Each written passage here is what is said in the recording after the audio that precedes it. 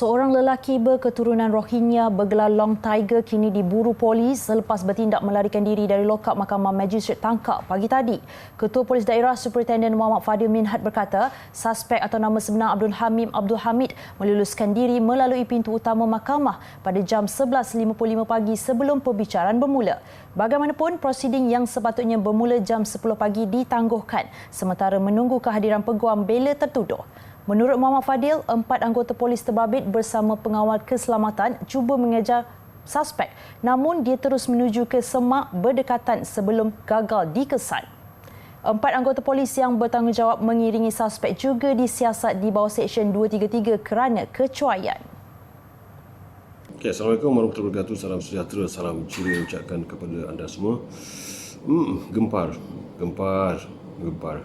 Kita baru nak diseronokkan, baru nak digembirakan, baru nak disejukkan hati kita, disejukkan perasaan kita, diredakan kemarahan kita, diredakan kebencian kita dengan adanya tawaran potongan 80% saman trafik dan juga saman JPJ. Dan juga majlis-majlis pembandaran pun saya dengar cerita dah mula mengikut jejak langkah kerana mungkin ianya bukan mungkin tapi pasti demi memahami kelangsungan hidup, okey, dan macam-macam lah juga. Ada yang kata kerajaan nak kaut duit ke apa saja, tapi inilah peluang yang kita ada, 80% lah, 80%. Tapi tak apa, itu dah ada dalam video lain. Tapi yang sekarang gempar ini bagaimana credibility betul berkaitan tu, credibility PDRM apabila satu nama yang cukup popular, yang cukup viral, iaitu Long Tiger ataupun Abdul Hamim, warga Rohingya yang konon-kononnya ayahanda macam itulah, ayahanda ke abang long ke apa ke, okey. Jadi kat sini ia satu peristiwa yang orang kata memalukan. Tahap mana keselamatan, tahap mana prestasi kerja anggota polis yang terbabit, dan katanya sedang juga disoal siasat macam tu. Bagaimana, yalah, mana tahu ada orang kata macam unsur-unsur sabotaj ataupun apa dia cakap, unsur-unsur penyelewengan ataupun orang kata rasuah ke apa ke, bagaimana ianya boleh terjadi. Dan kita sedia maklum sangat.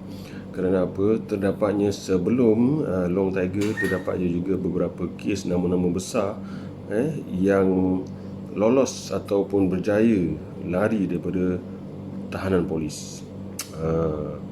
Saya tak tahu apa cerita Sajat, contohlah Sajat, okey.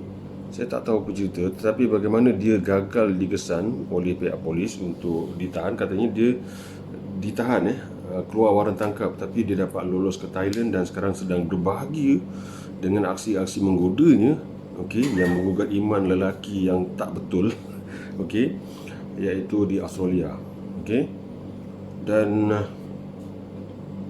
sekarang ni ada juga yang apa tu, yang isu politik apa benda tu, ya Allah, isu besar juga tu yang berjaya lolos, berjaya melepaskan diri.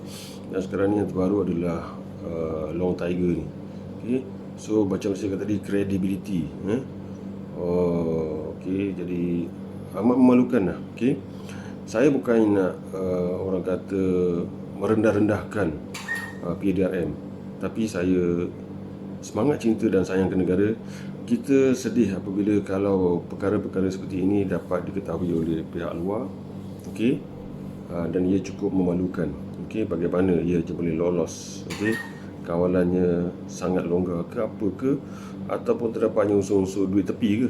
Ini saya cakap terus terang, ini bukannya menuduh, tetapi kerisauan saya dan kerisauan ramai orang, netizen ni, okey, ianya orang kata menjadi bolan hangat.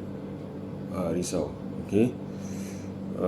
Sebagaimana yang kita tahu, apabila seseorang itu berjaya meloloskan diri ke luar negara, dan contohlah kalau dia berada di negara lain, maka mereka ni bebas bersuara.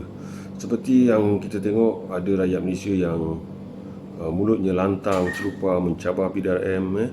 Ada satu tu, ada beberapa individu, saya tak nak sebut siapa, tapi saya yakin ramai yang tahu. Rupanya kita pihak polis nak tahan dalam komen-komen di Facebook, video apa semua, hashtag PDRM apa semua minta tahan. Rupanya individu-individu ini tidak berada di Malaysia. Mereka meluahkan bebas mengata-kata. Saya rasa ada yang Cina tu siapa saya pun lupa. Alvin Tan, dan ada seorang lagi India namanya Ganesh Warren apa semua, yang berbadan agak tegap ni, okey. Mencaci, memaki, merendah-rendahkan dan mempersedakan kedaulatan negara, kedaulatan undang-undang, mempersedakan nama-nama ataupun baginda Yang di-Pertuan Agong. Kita boleh tengok video dia saja menimbulkan provokasi. Rupanya tidak ada di Malaysia. Dan tak mustahil Long Tiger ni mungkin akan berjaya melarikan diri ke luar negara dan mulalah buat provokasi dan sebagainya. Okey. Jadi entahlah. Sedih. Okey. Bagaimana perkara ini boleh berlaku. Okey. Jadi kita mengharapkan agar tiada peristiwa tidak diingini dengan perkara ataupun terjadinya peristiwa ini, dan kita mengharapkan agar pihak polis PDRM dapat menangkap semula, menahan semula Long Tiger ini.